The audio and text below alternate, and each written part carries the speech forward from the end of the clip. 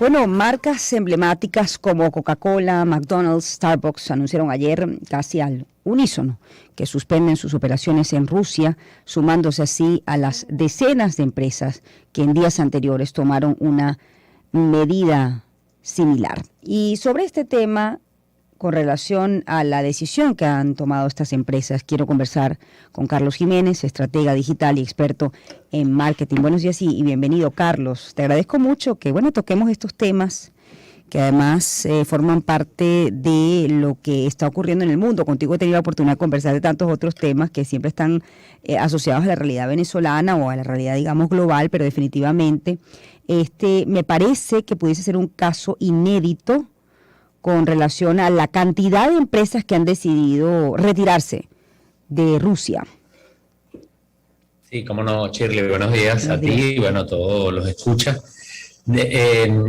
Básicamente hay una tendencia que yo hace algunos años venía señalando, que era evidente y que la estábamos viendo por otros eventos, por ejemplo, como el de Black Lives Matter, donde las marcas están tomando posición. De hecho, el nombre que yo le puse para describir esa tendencia fue el de marcas activistas, porque normalmente hablamos de los activistas de los derechos civiles, del medio ambiente, etcétera, pero resulta que hoy día las marcas han tenido que tomar posiciones. Y digo han tenido porque muchas de esas posiciones vienen por presiones de mercado. Los propios consumidores esperan, sobre todo los más jóvenes, que las marcas tomen posición. No se pueden hacer las locas ante una situación.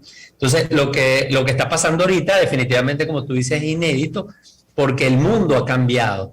Y el consumidor hoy día es un consumidor responsable, un consumidor que quiere relaciones éticas y exige que las empresas tomen posición ante lo que se consideran situaciones inaceptables, injusticias, etcétera, etcétera. Bueno, fíjate, Carlos, la suspensión de las operaciones de todas estas marcas, leo las que han suspendido en Rusia sus operaciones: Coca-Cola, McDonald's, Starbucks, Amazon, Google, Meta, Apple, YouTube, Visa y Mastercard, la multinacional de mueble IKEA, Nestlé, Shell, Volkswagen, Nike, Netflix, Disney, Sony, Universal, Paramount, Warner.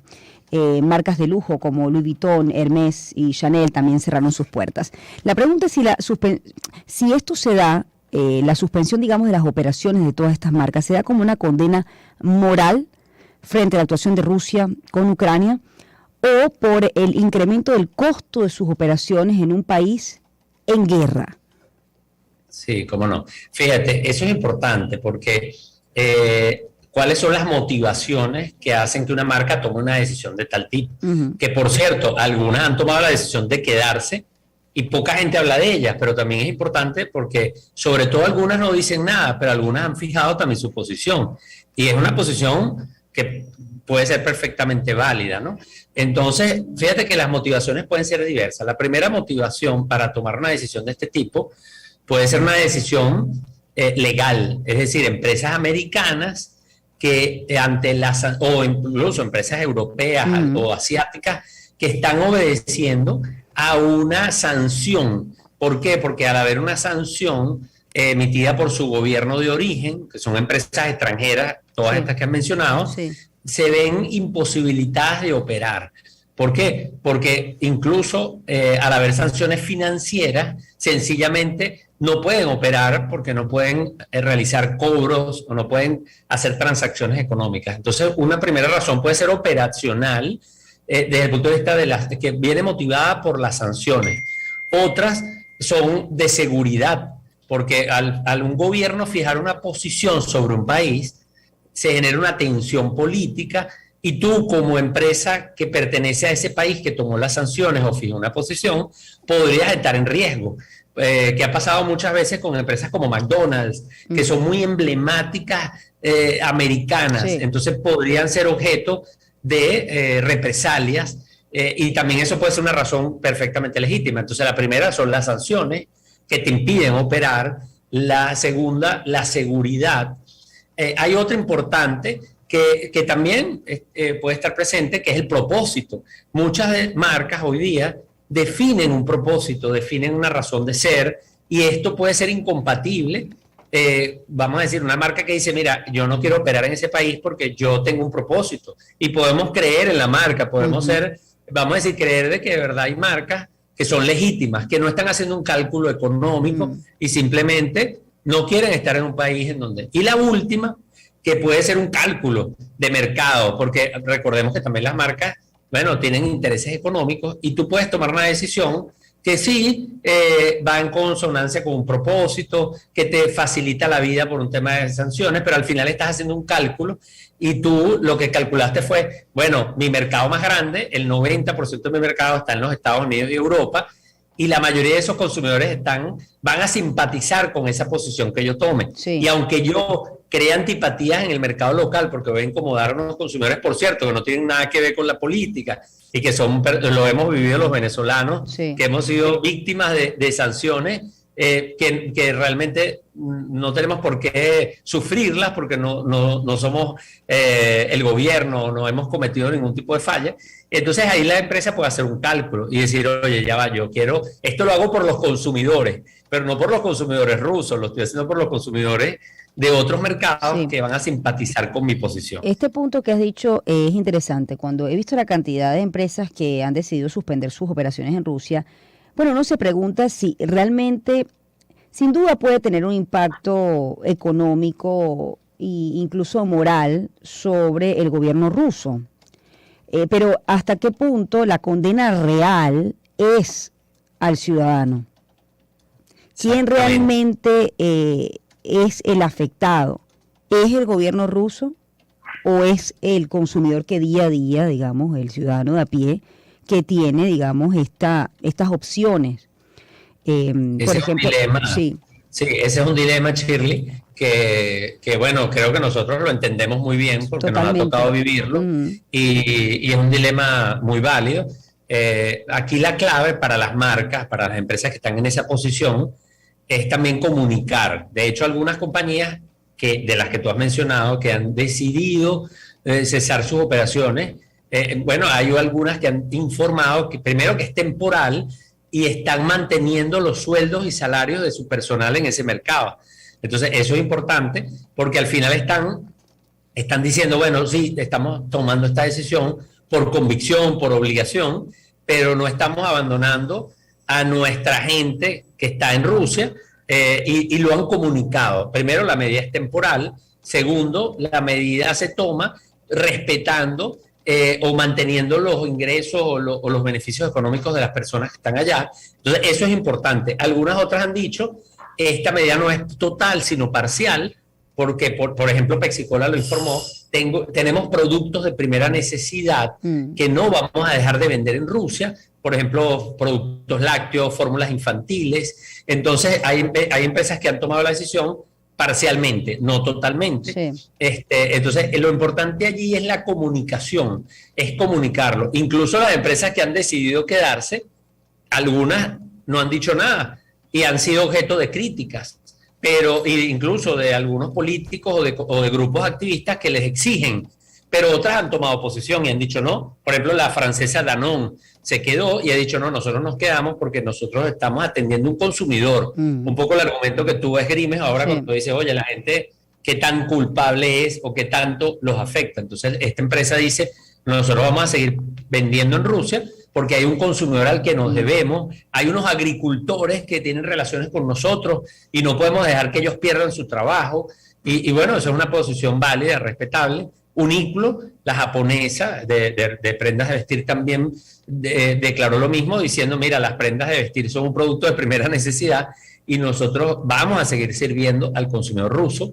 Entonces, bueno, son posiciones que son sí, implica un dilema ético, ¿no? También. Y fíjate tú que también quien pide, es cierto que se aplaude la posición que ha tomado muchas empresas con relación a esto, pero también quién las aplaude, el que está afuera o el que está adentro.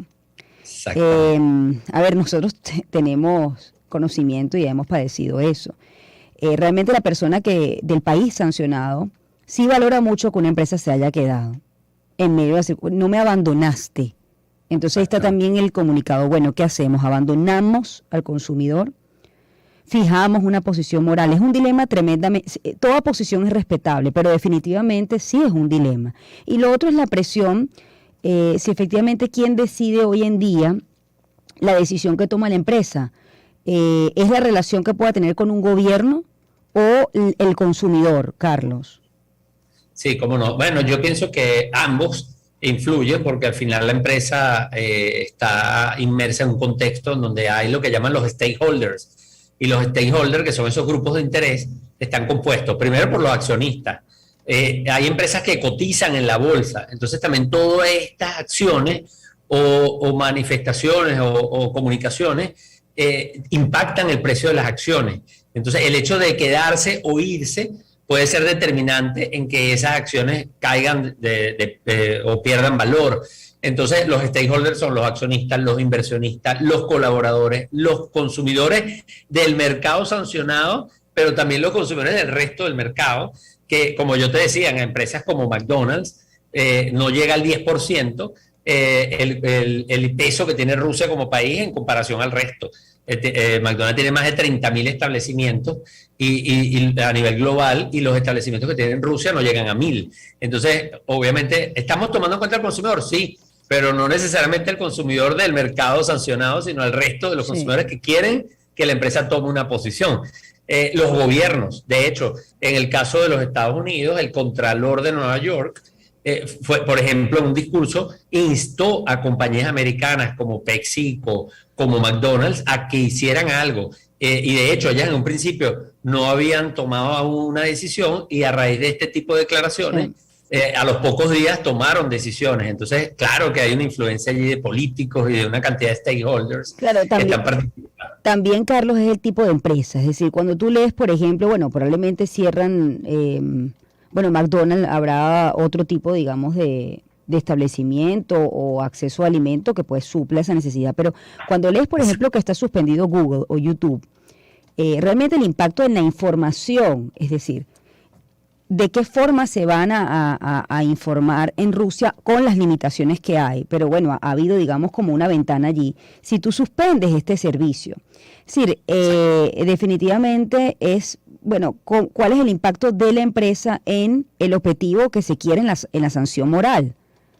Exactamente. Y algunas medidas incluso como estábamos comentando ahorita, al final afectan directamente, indirectamente afectan al gobierno, sí, porque le das un golpe a la economía. Y obviamente muchos de estos gobiernos viven de los impuestos, y entonces al afectar la actividad económica estás afectando la capacidad financiera del gobierno. Correcto. Pero el daño colateral es considerable. De hecho, como nota curiosa, fíjate que tú comentas, obviamente las grandes marcas, que son las que todos conocemos y que de verdad nos impacta, que tomen esas decisiones. Por ejemplo, el grupo Inditex, que es el grupo español que posee empresas como Zara y muchas marcas que están en el mundo de la moda, se estima que las ventas de Rusia equivalen a $1.000 millones. Es decir, y ellos han tomado la decisión, y la comunicación que han dado tiene que ver con temas operativos, pero también con temas de propósito, de éticos.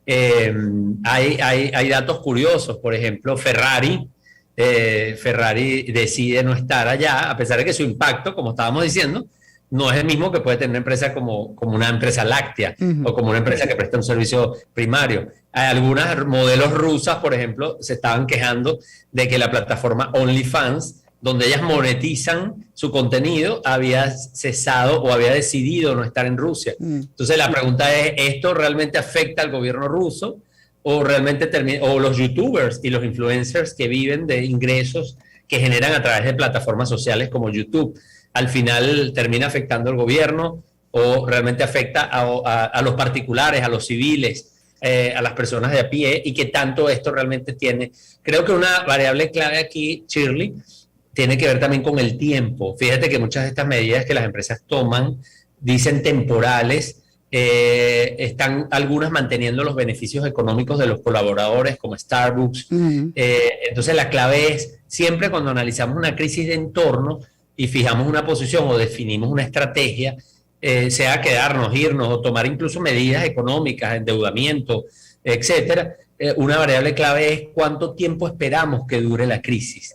Entonces, si yo espero que la crisis sea prolongada, Entonces, la decisión que yo tomo como empresa es diferente a la que yo tomo cuando una crisis es muy de corto plazo. Entonces, pareciera que algunas de estas compañías tienen la expectativa de que esta crisis no se prolongue, porque si tomas decisiones de mantener beneficios económicos de colaboradores, e incluso indicas que es temporal, entonces pareciera que la expectativa de muchas de estas grandes compañías es que esto no se prolongue. Ahora, si se llega a prolongar, es cuando vamos a ver que ellas van a tener que ajustar esas medidas y comunicarlo, y eso puede generar mayores descontentos en la población local y en los consumidores rusos, que definitivamente, y los colaboradores de esas empresas, que van a dejar de percibir ingresos, y eso va a generar unas consecuencias económicas mucho más fuertes para ese país, y no solamente para ese país, sino para el contexto, porque debemos recordar que hoy día el mundo es plano, como decía el autor Friedman, el mundo está globalizado.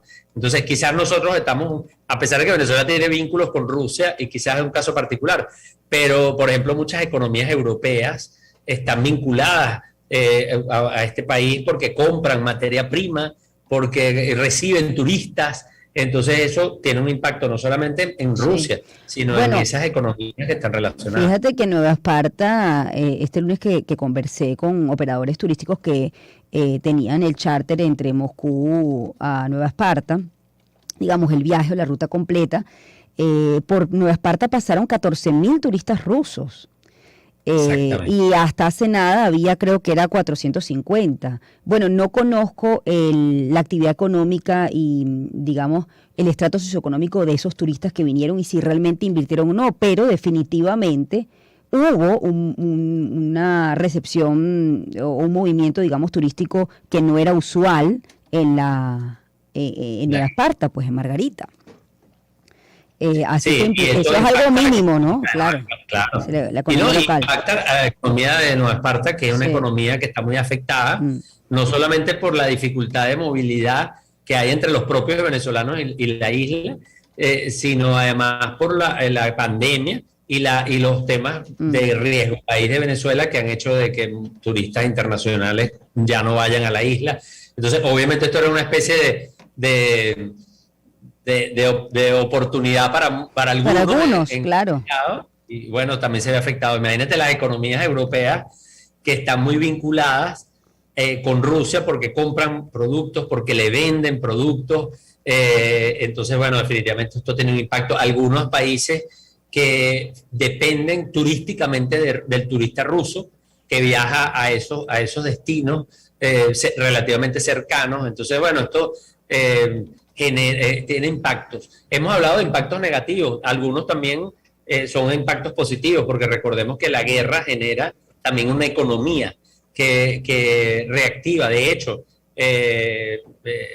muchos países como los Estados Unidos, a través de ciertas guerras, reactivaron su economía, porque eso genera gasto público, inversiones en municiones, en una cantidad de insumos para movilizar un ejército, para mantener un frente de batalla, y eso también reactiva algunas industrias, pero creo que más es el daño que definitivamente estas industrias específicas que se ven favorecidas con un conflicto bélico. Sí. Bueno, lo que tú dices es sumamente interesante porque, bueno, aquí está, algunos lo han tildado de la diplomacia capitalista, así se ha reseñado en varios medios internacionales, pero aquí lo que está en juego es quizás la diplomacia de los valores frente a la diplomacia de los intereses. Y creo que ahí está pues el dilema con relación a la posición. Cálculo versus los principios, que los principios son inamovibles, son cosas rígidas que se mantienen, pero el cálculo no. El cálculo, y de hecho ha pasado ahora con el presidente Biden y lo que se ha hablado de las sanciones con Venezuela, y fíjate todo el ruido que ha generado, críticas internas e internacionales. Entonces al final es los valores que son sólidos y de largo plazo con el cálculo político o el cálculo económico, que también las empresas lo hacen, no solamente los políticos, que es un cálculo de corto plazo y que puede ser acomodaticio y que puede cambiar de una semana a la otra dependiendo de cómo cambian las condiciones de ese contexto.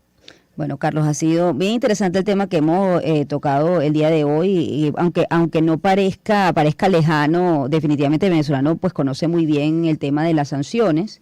y de cómo afecta la retirada de empresas que por costos operativos o incluso posiciones respetables morales que se toman, bueno, termina afectando o no. ¿Qué opina usted? Interesante saber la opinión de la gente al ciudadano a pie, ¿no? Más que al gobierno que se tenga en ese país. Gracias, Carlos. Carlos Jiménez, estratega digital, experto en marketing, ha sido mi invitado esta mañana, @Carlos Jiménez, por allí lo pueden conseguir. Carlos, buenos días para ti, 7:28, vamos a hacer una pausa, ya volvemos.